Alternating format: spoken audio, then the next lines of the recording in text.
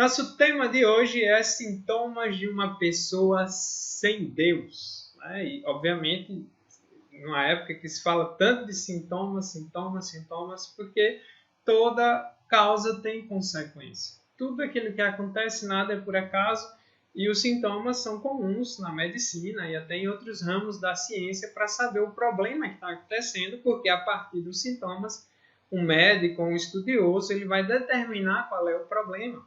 Isso, os mecânicos fazem isso, os eletrônicos fazem isso, os médicos fazem isso, e os sintomas é que vão demonstrar a raiz do problema. E por isso, todas as situações da nossa vida, praticamente, elas são sintomas, né, de alguma coisa que está mais lá no fundo, está mais lá atrás. E hoje nós vamos meditar justamente sobre isso. Afinal de contas, muitas pessoas estão sem Deus. Mas muitas pessoas também nem percebem que estão sem Deus.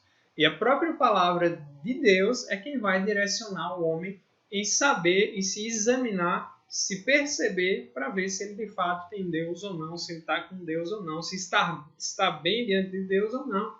E nós vamos meditar em um texto que é bastante conhecido, lá no Evangelho de Mateus. Mateus, capítulo 19, nós vamos ler a partir do verso 16. Então você pode abrir sua Bíblia, onde nós vemos a história do jovem rico. É um trecho que você vai encontrar aí nos 3 evangelhos, Mateus 19, do 16 em diante. Diz assim para nós a palavra do Senhor.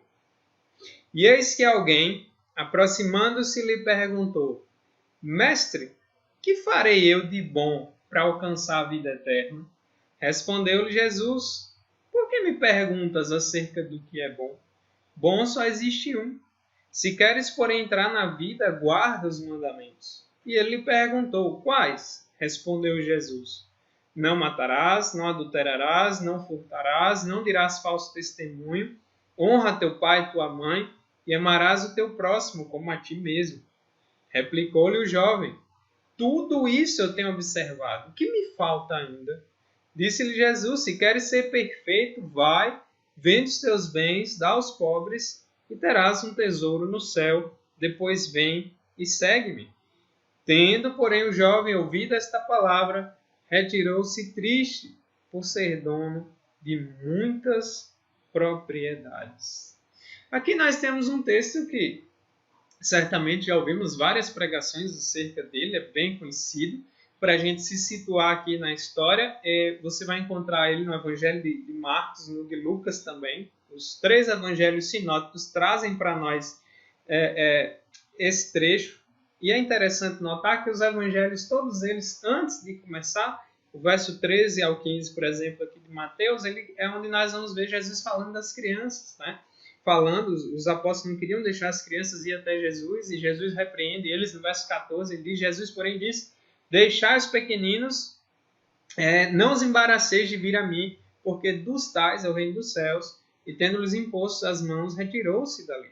Jesus repreende. Inclusive, ele chega a usar as crianças como exemplo, que se uma pessoa não for ali como uma criança, ela não pode entrar no reino de Deus. Então, todos os evangelhos também trazem esse relato, sempre antes dessa história do jovem rico. Por que é importante mencionar isso? Porque cada evangelista organiza os seus textos com propósitos teológicos, com o objetivo de trazer verdades espirituais para nós.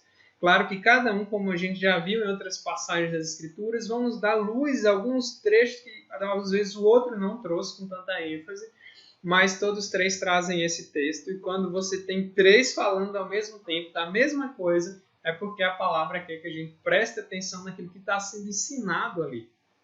Tanto que no mundo antigo, você autenticava uma fala ou alguma coisa que alguém fazia diante de 3 testemunhas. Então, nós estamos diante de um texto precioso, como toda a Escritura, que traz para nós verdades profundas para a nossa vida, para a nossa alma, e são um relato histórico de alguém que surgiu no momento do ministério de Jesus ali, quando Jesus andava na região pregando e tal, de repente surge esse indivíduo aqui, que é mencionado como alguém rico, conhecido como a história do jovem rico. Isso aqui não é uma parábola, é um fato registrado pelos 3 evangelistas. E a partir desse texto, nós podemos observar os sintomas de alguém que não tem Deus. E aqui nós podemos enxergar 3 sintomas E o primeiro sintoma de uma pessoa que ela não tem Deus, ou não está bem com Deus, né, é uma pessoa religiosa. Você pode dizer, mas pastor, não é contraditório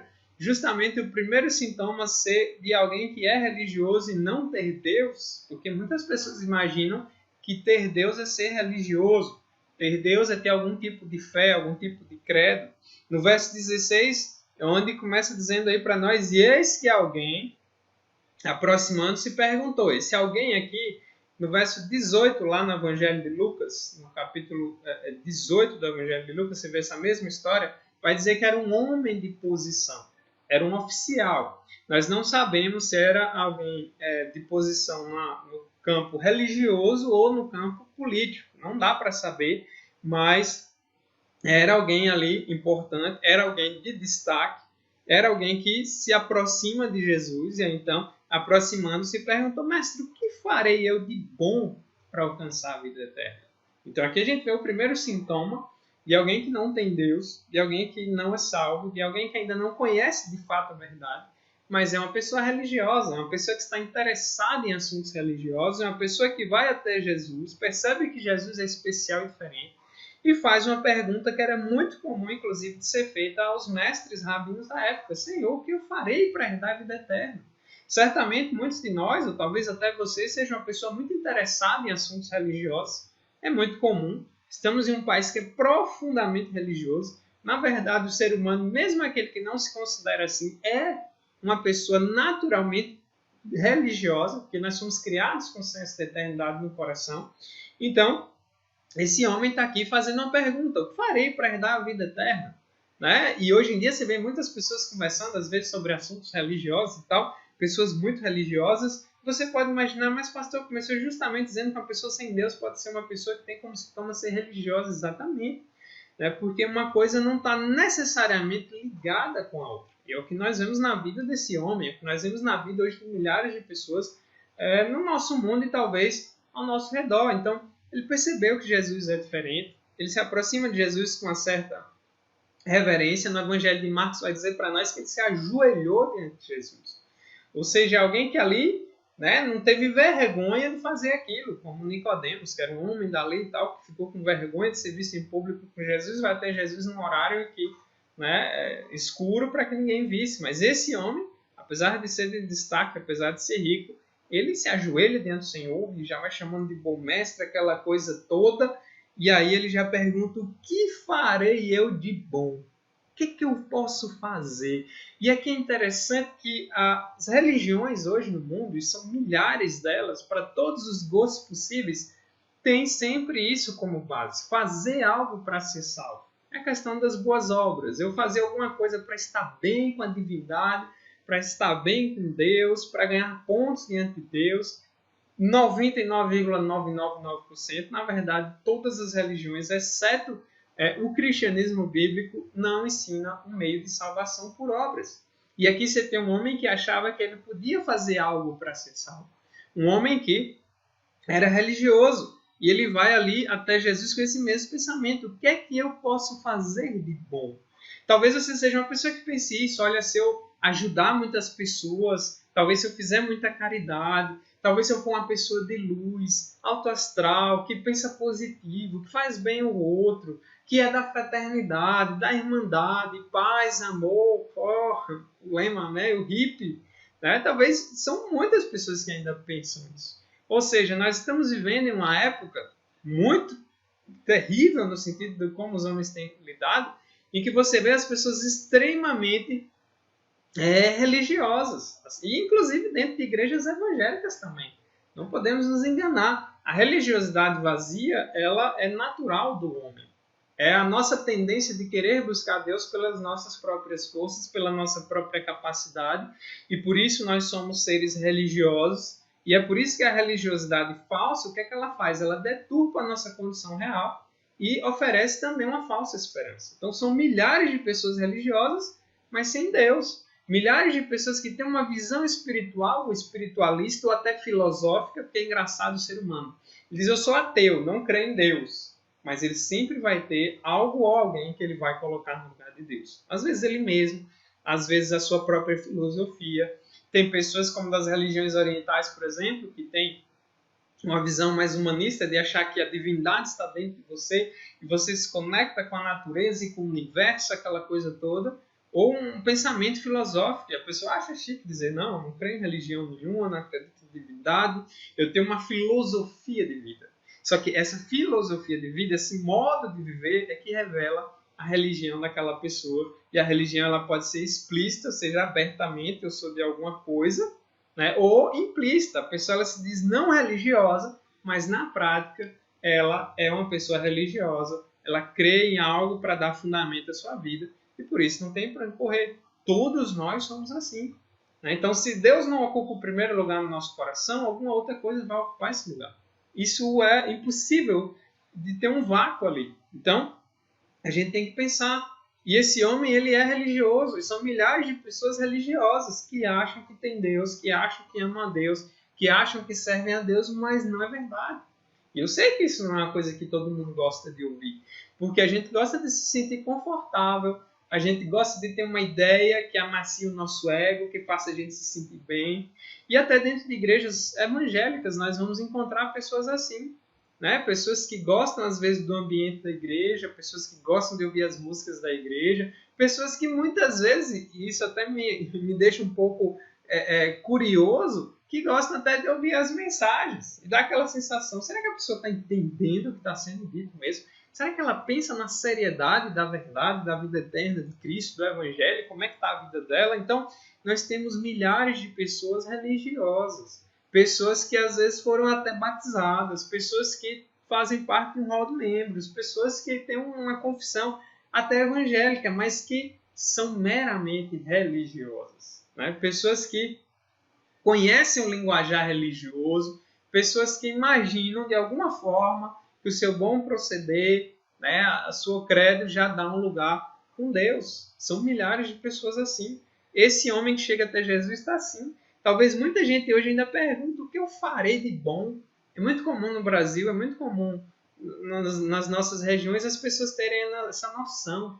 Fazer o bem. Não importa que religião, faça o bem. Não tenho religião, não precisa ser cristão quadrado, uma pessoa que crê nessas coisas. Não, é só alguém que faz o bem.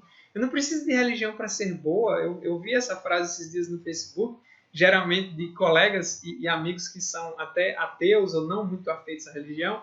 A pessoa coloca lá aquela frase para lacrar: não preciso de religião para ser boa. Se você é uma pessoa que precisa de religião para ser bom, é porque você é uma pessoa que vive sobre as amarras da igreja e da instituição. E elas têm esse pensamento. Né? Só que é assim que são as pessoas. Ou elas têm uma religião que elas dizem que tem mesmo, ou então elas pensam que não tem, quando na verdade também são profundamente religiosas. Então essa é a situação da maior parte das pessoas na humanidade desde os tempos de Jesus. E esse homem está aqui, religioso, se ajoelha diante de Jesus, tem Jesus como uma figura especial e até um respeito, mas nós vamos ver no decorrer da narrativa que isso não era bom, no sentido de que ele estava cheio de problemas. Ele era um pecador como qualquer outro. E aí a gente passa para o segundo sintoma de uma pessoa sem Deus. É uma pessoa que se acha boa. É interessante isso. A maioria das pessoas, quando vão se avaliar, se acham boas. A religiosidade falsa faz a gente pensar que a gente é bom. Isso é interessante. Né? Ninguém quer levar a culpa. As pessoas, não, sou uma pessoa tão boa. Né? Eu faço bem, até hoje eu ajudei. A pessoa ela joga ali todo um histórico de pecado da vida dela embaixo do tapete e ela tenta se justificar. Não sou uma pessoa boa, sempre ajudei, sempre fui um bom cidadão, sempre fui um bom pai de família, sempre honrei meus compromissos, sempre fui uma pessoa isso, aquilo. A pessoa se acha boa. Olha a continuidade da conversa de Jesus com esse homem. Respondeu-lhe Jesus: por que me perguntas acerca do que é bom? Bom só existe um. Aqui é um trecho que gera um pouco de confusão, talvez, que dá uma impressão, principalmente quando você lê também os outros evangelhos, que Jesus está dizendo que nem ele era bom e só Deus. Não, ele é Deus e ele é bom. Mas ele está questionando aqui a visão que esse homem tem do que é bom. Em outras palavras, é como se Jesus estivesse perguntando a ele: você entende, né, o que é que você está querendo dizer quando me chama de bom? Porque quando você chama Jesus de bom mestre, E ele chamou Jesus de bom num sentido aqui que não se usava para mestre nenhum, o que indica que esse homem, mesmo cego ainda enquanto ele estava, conseguia perceber que Jesus era diferente. Né? E nenhum é bom senão Deus, e Jesus é Deus e, portanto, é bom. Mas Jesus está dizendo, você tem noção do que é me chamar de bom mesmo? O que é ser bom mesmo? De onde é que tem o padrão de toda a bondade? Esse homem não conseguia ainda se enxergar. Por isso Jesus começa fazendo esse questionamento. Por que você me pergunta acerca do que é bom?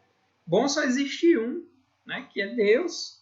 Né? O único bom mesmo é Deus. O padrão de toda bondade é Deus. E não existe bondade fora dele, a não ser que venha dele. Então, Deus é perfeito. E aí, ele vai dizendo, se queres, porém, entrar na vida, ou no reino, como outros evangelistas falam, na vida eterna, guarda os mandamentos. Jesus agora vai dar uma confrontada nesse homem, porque ele não se enxerga, assim como muitas vezes nós somos. Isso demonstra arrogância. Por isso que eu falei para vocês no começo, essa história ela vem logo depois de Jesus com as crianças. Ninguém pode entrar no reino do céu se não for como uma criança. Olha como uma criança, ela confia no pai totalmente. A criança ela tem uma certa humildade no jeito dela, natural, que ela se devota ao pai de uma maneira que se o pai diz pula daqui, ela pula, seja de que altura for, confia totalmente no pai, abre mão completamente de si mesma para seguir aquilo que o pai querido, a mãe querida faz. Então, esse homem aqui é o contrário. E no pensamento dos evangelistas, sempre essas comparações. Né? Ele vai mostrando o que é verdadeira humildade e bondade e, de repente, faz o contraste com alguém que demonstra algo diferente na vida. E esse homem está se achando bom. E Jesus está questionando a ele o que é de fato ser bom. E ele está aqui todo entusiasmado, se achando bom. Então, uma das marcas muito fortes de uma pessoa que não tem Deus é se achar boa. Se você é uma pessoa que se acha muito boa, você está no caminho errado. Você ainda não conseguiu se perceber. Isso tem pessoas dentro da igreja que ainda são assim. Pessoas que geralmente enfatizam muito o pecado do outro, os erros do outro, mas nunca se enxerga. Ou sempre olha para aquele, não, aquele ali ele fazia isso, ele é muito pior do que eu. Toda vez que no nosso coração vem essa sensação assim, de alguém pior do que eu, ou de eu me sentir melhor do que alguém, porque ele errou numa coisa que eu não tenho errado, ou que talvez eu tenha escondido esse mesmo erro, mas ninguém sabe do meu, você está pensando da maneira errada, pecaminosa. E a pessoa sem Deus, ela é assim, ela se acha boa. Ela nunca se coloca como errado. Ela nunca enxerga as suas próprias falhas. Quando admite os próprios erros, entre aspas, ela joga a culpa em alguém ou em alguma coisa. Joga a culpa no destino, como é muito comum. Joga a culpa na sociedade. Não, eu fiz isso, eu sou assim por causa da sociedade. Eu fiz isso, eu sou assim porque eu tenho um trauma dos meus pais. Tudo bem que, realmente, né, as falhas dos pais, os problemas familiares, as dificuldades e desavenças da vida marcam a gente para sempre. Coisas que acontecem na infância. Isso outras áreas do conhecimento percebem isso. Mas não é desculpa para eu dizer você é assim porque fizeram isso comigo. Você é assim porque eu tive essa experiência. Então, toda vez que você não sabe dizer eu sou assim porque eu estou errado, eu sou assim porque eu sou um pecador, eu sou assim porque o meu coração é propenso à maldade, não admite, não se enxerga, você está no caminho errado. As filosofias falsas da nossa época, é interessante observar que elas dizem não, a culpa é da sociedade. Claro, a sociedade ela tem uma sua parte de influência na nossa personalidade, mas ela não é o todo, porque a gente conhece, acredita que cada um aqui sabe de exemplos de pessoas que às vezes vieram no contexto familiar ruim, mas se tornaram pessoas diferentes, pessoas que viveram em vidas extremamente complicadas ali e tiveram uma vida diferente. Então não há desculpas, né, diante de Deus, em outras palavras. E esse homem ele se vê como bom. Talvez você é uma pessoa que se veja como muito boa. Você sempre exagera mais suas qualidades e aí então a gente acaba confundindo. Né? Cristianismo, a fé cristã, ela não está necessariamente ligada a dizer fulano é um bom cidadão, honra seus impostos, anda direito e tal. Isso não é a mesma coisa de ser cristão. Um cristão ele tem que ser um bom cidadão, ele tem que honrar os seus compromissos, isso é natural para um cristão verdadeiro. Mas não quer dizer que uma pessoa que geralmente se esforça para ser boa e andar assim, um assado, automaticamente se torna cristã. Então é aí que o cristianismo se diferencia de todos os outros credos e pensamentos religiosos que existem no planeta. Porque enquanto a religião vai dizer você tem que fazer uma coisa para ser salvo, você tem que ser bom para ser salvo, o cristianismo vem para você e diz você tem que admitir que você é ruim e depositar toda a sua esperança no único Deus que é bom para ser salvo. Isso muda tudo. É aqui que o evangelho mostra a sua total diferença de outros sistemas de pensamento. Então, não tem ninguém bonzinho, não tem ninguém perfeito. E você tem que pensar. Você se vê como uma pessoa boa? Ah, não, mas eu sou uma pessoa tão boa. Eu sou uma vítima da sociedade. Por que eu estou passando por isso? Oh, como eu sofro. Oh, eu sou uma vítima. Ninguém é vítima nesse mundo. Todos nós, de alguma forma, sofremos também pelos nossos próprios pecados. Sofremos pelos pecados dos outros. Infelizmente, depois do pecado, o mundo é assim. Maldade por todos os lados. Mas a Bíblia começa a dizer, olha, você não pode ser só duvidar dos outros, você tem que duvidar de você. Você não pode olhar só para os outros, você tem que olhar para você. Você não pode só apontar o erro do outro, você tem que começar olhando para o seu próprio erro. Isso vale para todo mundo. E é por isso que Jesus confronta esse homem que chega aqui nesse negócio todo de bom mestre. Jesus, por que você me pergunta acerca do que é bom?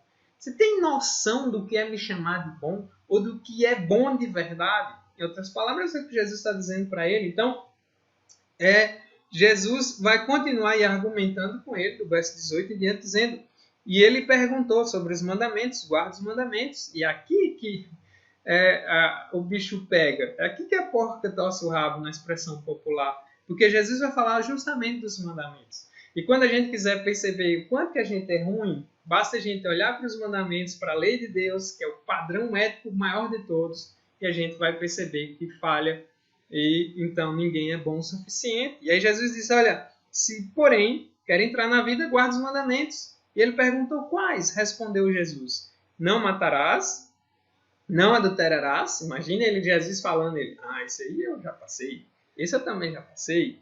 Não furtarás, não dirás falso testemunho, honra pai e mãe, amarás o próximo como a ti mesmo. Aí ele, pronto, tirei 10. E ele chega a dizer aí no verso 20, replicou-lhe o jovem, tudo isso eu tenho observado, o que é que me falta ainda? Olha que arrogância, olha que petulância. E o indivíduo não se enxerga. Às vezes pode ser sua própria situação que está aí me assistindo nesse momento. Não, mas eu nunca desonrei. É interessante que os mandamentos eles são assim. Você vê, não matarás. Você diz, ufa, que bom, nunca matei ninguém. Aí Jesus em outros textos vai dizer, mas se você já teve raiva de alguém no seu coração, você matou alguém e quebrou esse mandamento. Você, mas aí, né, perdeu nenhum. Aí fala, não adulterará. Você pode dizer, nunca trai minha esposa, nunca trai meu marido.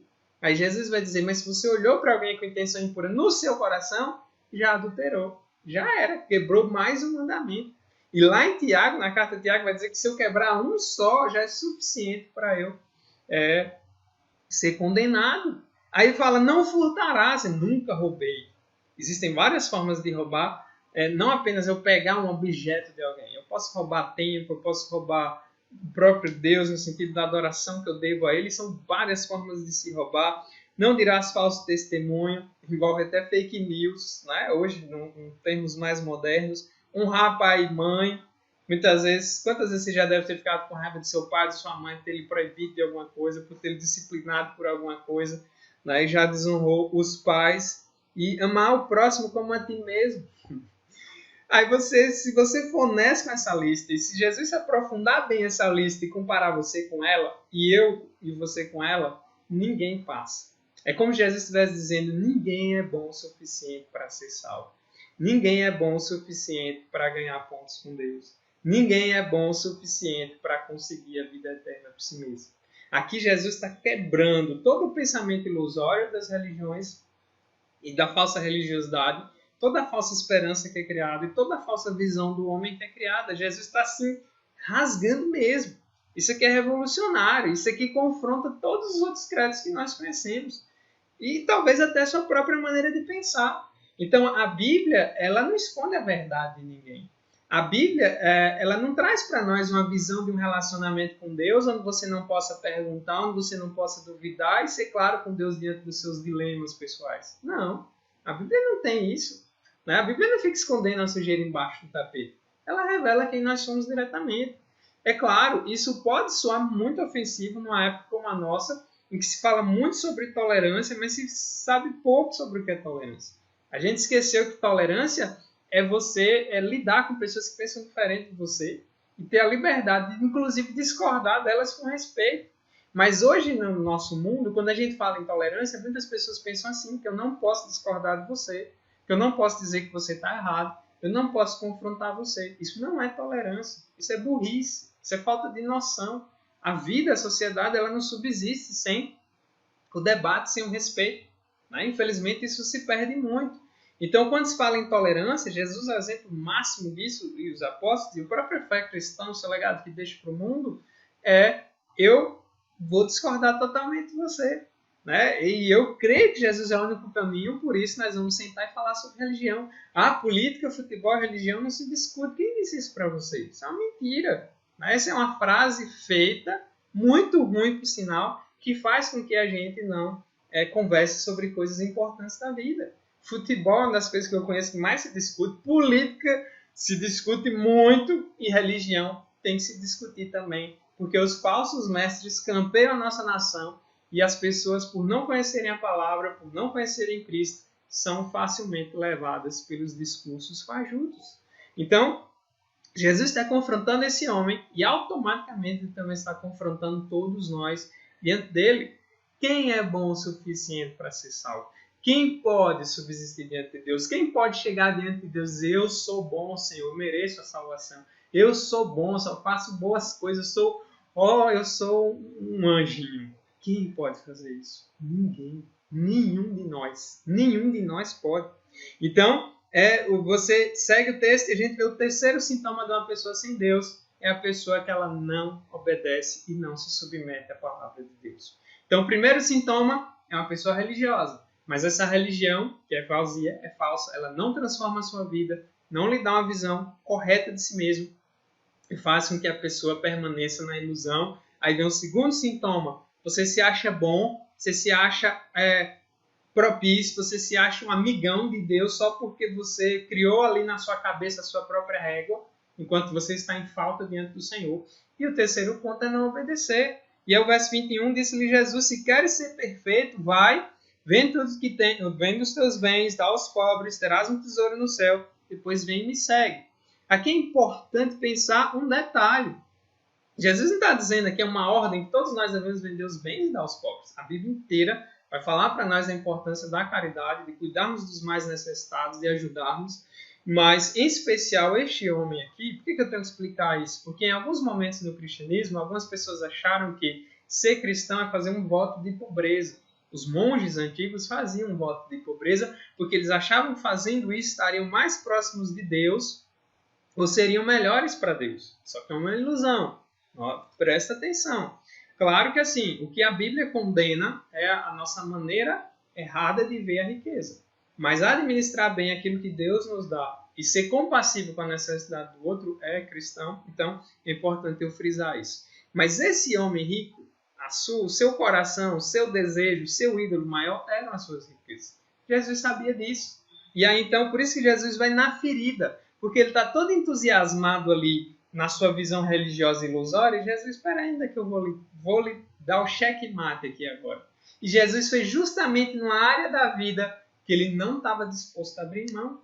Então, para seguir Jesus, envolve ser radical. Porque a gente vai ter que abrir mão de muitas coisas que a gente tem como ídolo. Talvez o seu ídolo não seja a riqueza como esse homem. Talvez seu ídolo seja o prazer. Talvez seu ídolo também seja dinheiro. Talvez seu ídolo seja você mesmo. Talvez seu ídolo seja seu esporte preferido. Talvez seu ídolo seja, sei lá, o seu trabalho. Tudo você pode transformar no ídolo e colocar no lugar de Deus. E na hora que Deus disser, abre mão disso e me segue, você vai ficar como esse homem. Olha como ele fica depois. Vem, vai lá, vem tudo, Deus pobres. Jesus está trabalhando justamente numa área da vida que é importante.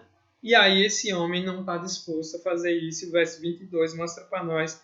Tendo, porém, o jovem ouvido esta palavra, retirou-se triste por ser dono de muitas propriedades. Aí o cabo descachimbou.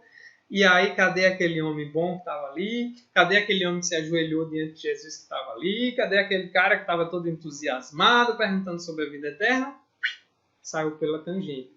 É o que acontece com muitas pessoas. Tem muita gente que vai na igreja querendo ouvir um discurso de bênção, de prosperidade. Não, eu quero ganhar alguma coisa. A Bíblia, em lugar nenhum da Bíblia você vai ver dizendo que Deus troca bênçãos por prosperidade. Ou melhor, troca obediência por prosperidade. Ah, me obedeça que eu vou lhe dar isso, vou multiplicar o que você tem. Não existe isso na Bíblia. Quando você vê esses charlatões, como acontece no nosso país com um indivíduo aí vendendo um feijão de R$1.000, aquilo é um absurdo, aquilo é um crime. Em nenhum lugar da Bíblia você encontra um disparate daquele. Mas a Bíblia vai deixar claro para nós que seguir Jesus envolve abrir mão de nós mesmos, daquilo que temos, daquilo que somos para servir ao Senhor. Isso não é fácil. Uma mera religiosidade vazia não nos sustenta, não adianta. Ah, eu sou cristão, Senhor, eu estou com o Senhor porque deve Mas na hora de trabalhar as áreas da nossa vida que são bem mais sensíveis, aí a gente faz como esse homem aqui. A gente sai pelo lado. Acho que isso não é para mim, não. Eu sou muito assim. Não posso. Não, eu gosto muito disso, não. Se você é aquela pessoa que não está disposta a abrir mão de um monte de coisa para seguir a Cristo, então eu sinto lhe dizer que você está no caminho ruim. E é um sintoma ruim. Porque talvez você seja uma pessoa bem religiosa, talvez você seja uma pessoa que você acha muito boa, mas o terceiro sinal, você não obedece à palavra, você não se submete à palavra. A Bíblia vai dizer que quem ama a Deus não só ouve, mas também obedece à sua palavra. Das marcas de um cristão verdadeiro é a obediência, é o amor, é a devoção, é colocar o Senhor no centro de tudo. É totalmente diferente. Então, se você ler Romanos, vai dizer que nenhum justo, Romanos 3 vai dizer para nós, não há nenhum justo, não há ninguém que não peque. Está todo mundo extraviado. A Bíblia é clara em dizer que toda a raça humana foi contaminada pelo pecado. Todos nós fomos manchados, todos nós temos falhas, nenhum de nós é bom o suficiente. E você pergunta, e quem é bom o suficiente? O próprio texto já mostra isso para nós. O próprio Jesus Cristo é bom o suficiente. Se a gente continuasse lendo, porque nós não teríamos tempo de ler todo o texto, mas no verso 23 em diante, Jesus alerta para o perigo das riquezas, quando você coloca toda a sua esperança nas riquezas desse mundo e tal. E Jesus fala da dificuldade, porque a riqueza pode se tornar um empecilho para que a pessoa busque a Deus, achando que ela tem tudo sob controle. E é interessante que no verso 25, ouvindo isso, os discípulos ficaram grandemente maravilhados e disseram, sendo assim, quem pode ser salvo? Talvez você esteja se perguntando, nossa, pastor, diante de tudo isso aí que o Senhor já falou e que a Bíblia está falando, então desse jeito aí não salva ninguém. E realmente, humanamente, ninguém. Para nós, a salvação é absolutamente impossível. Por isso que não adianta eu criar uma religião e dizer às pessoas, faça essa regrinha e você vai estar bem. Por isso que não adianta eu dizer, vou fazer um voto com Deus, vou fazer isso com Deus, e aí Deus, não, nada disso adianta. Nada disso vai servir, nada disso muda a nossa situação diante de Deus. Por isso perguntaram, mas Senhor, então, diante disso, quem vai ser salvo? E olha a resposta de Jesus no verso 26. Jesus, fitando neles o olhar, disse-lhes, isso é impossível aos homens, mas a Deus tudo é possível. Que maravilha, meus irmãos. Porque por um instante fica todo mundo tenso, mas aí de repente você olha para Cristo e para Deus é possível. Para nós é impossível nos salvar, mas para Deus não. Por isso que a religião, eu gosto demais dessa frase, eu sempre repito essa frase, a religião é o homem querendo buscar Deus, tentando fazer uma ponte para o céu para chegar lá, tanto que a palavra religião quer dizer religar. Mas só quem pode religar a gente com Deus é Jesus Cristo. Ele é o caminho, a verdade e a vida, e ninguém vai ao Pai se não for por Ele. Então, da mesma forma que as religiões escondem quem nós somos, a gente se enxerga, né? A religião ela nos dá uma falsa esperança. E você está ali cumprindo rituais e fazendo isso e aquilo e tal, e continua perdido e sem Deus, achando que está com Deus. Por isso que eu gosto de falar que a religião, às vezes, ela é como se fosse você arrumar um defunto no caixão. Enche de flores, perfuma, maqueia, mas continua morto. Diferente de Jesus. Jesus ele revela a nossa real condição, como ele faz aqui com esse homem, revela para nós, todos nós somos pecadores, mas Jesus nos dá a real esperança. Olha que coisa fantástica. Porque ele é o único Deus verdadeiro, santo, soberano, glorioso. E a melhor notícia que nós podemos ter e que você também pode ter. Jesus é a única esperança. Jesus é o único caminho. Jesus é o único que pode virar para você dizer, teus pecados estão perdoados, vai em paz. Jesus é o único que pode purificar você. Jesus é o único que pode transformar você. Jesus é o único que pode, de fato, te dar a vida eterna, te dar a salvação, que é o maior bem de todos, é o maior tesouro de todos. E por esse tesouro, vale a pena abrir mão de todos os outros tesouros da nossa vida. Então perceba, Jesus deixa a gente sem desculpa nenhuma, né? Jesus também desafia a nossa superficialidade.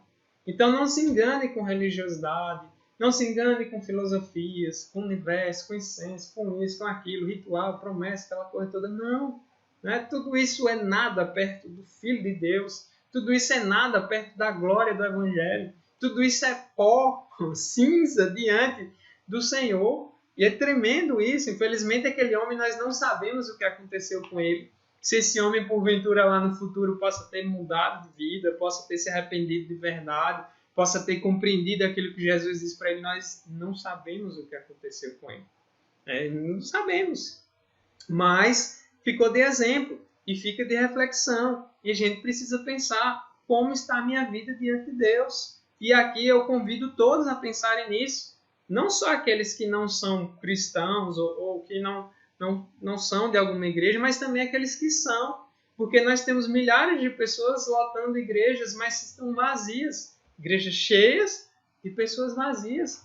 Igrejas com pessoas religiosas. Um cristianismo meramente nominal. Um cristianismo meramente cultural. Um cristianismo que não traz novo nascimento, não traz arrependimento, que não transforma. E nós temos visto isso, infelizmente, na nossa nação, em outras nações. E é por isso que o evangelho verdadeiro tem que ser pregado, anunciado. Por menos popular que ele seja, ele é a única esperança que todos nós temos. Eu sei que é incômodo ouvir que a gente está errado, que a gente é pecador, né, que a gente precisa abrir mão de muita coisa que a gente tem como muito valiosa, mas para onde a gente vai se só Ele tem as palavras de vida eterna? Que outro caminho nós vamos seguir se só Jesus é o caminho? Que outro meio nós vamos ter para nos achegar e ter paz com Deus se só Ele é o único que pode fazer essa paz com Deus? Ele foi quem deu a vida por nós, derramou seu sangue por nós, Ele é a nossa esperança, e quer a gente viva, quer a gente morra, a gente está nas mãos dEle. Não há nada maior, não há nada melhor, não há nada que faça mais sentido nessa vida do que Cristo, o Filho de Deus. Por isso ele convida, arrependa-se dos seus pecados, creia nele e se entregue a Ele como uma criança ao seu Pai. Por isso Jesus, o Evangelho contrasta a criança ali e um homem arrogante como ele, ou talvez como nós. Nós precisamos reconhecer, eu sou miserável pecador. Quanto mais a gente conhece a Deus, mais a gente vê o quanto a gente é fraco, o quanto a gente é limitado, o quanto a gente é pobre de tudo. Quanto mais perto da luz, mais vemos as imperfeições. Então é por isso que o Evangelho vem, para revelar quem nós somos, mas não para nos deixar no desespero, para nos dar a verdadeira esperança, que só pode ser encontrada no nosso Senhor e Salvador Jesus Cristo. Por isso, sonde sua vida, acerte sua vida com Deus, busque a Deus, ame a Deus, se fortaleça em Deus, não solte de Deus, porque Ele é o único que pode satisfazer o seu coração, a sua alma, te perdoar, te purificar, te renovar, te dar a vida eterna. Louvado seja Ele por isso.